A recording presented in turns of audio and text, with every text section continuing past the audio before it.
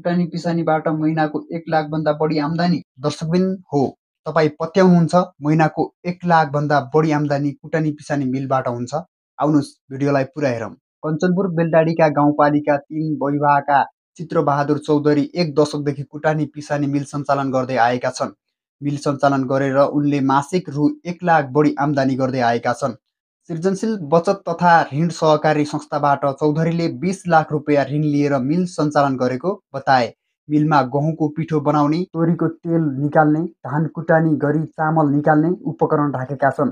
पटक पटक गरी सहकारीबाट रु 20 लाख जति ऋण लिएका हौँ। उनले भने सहकारीबाट लिएको ऋणमध्ये रु 18 लाख आम्दानी रकमले तिर्न भ्याएका छौँ। अब रु 2 लाख मात्र बाँकी छ, त्यो पनि 2-3 महिनामै चुक्ता गर्ने योजना बनाएका छौँ। व्यवसाय गर्ने पैसा नहुँदा विगत खेतीबारीमा दिन बिताउने गरेको उल्लेख गर्दै चौधरीले खेतीबारीबाट हुने अन्न खान मात्रै नपुग्ने खर्चका लागि अभाव हुने गरेको बताए। सहकारीमा आबद्ध भएर ऋण लिएर मिल सञ्चालन गरेपछि पैसाको अभाव नभएको उनको भनाइ छ। महिनामा रु 1,50,000 जति आम्दानी हुन्छ। उनले भने मिलमा काम गर्ने कामदारको ज्याला, उपकरण मर्मत, विद्युतको महसुल खर्च कटौती गरी महिनाको 70,000 बचत हुने गरेको छ। बचत भएको रकम चौधरीले सहकारीमा जम्मा गर्दै आएको जानकारी दिएका छन्। मिलको आम्दानी भएको रकम गाउँमा 4 कट्ठा जग्गा खरिद गर्नुका साथै उनले 2 छोरीलाई धनगढी उच्च शिक्षामा अध्ययन गराइरहेका छन्।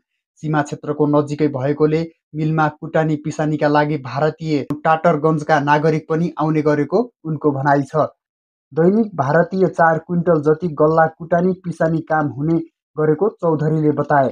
अरू कुटानी पिसानी मिल नहुँदा ग्राहकहरूको घुइँचो लाग्ने गरेको उनको भनाइ छ। चौधरीले भने भारतीय क्षेत्रमा रहेको मिलले लिने रकमभन्दा यहाँ सस्तो हुँदा उहाँ यता आउनुहुन्छ।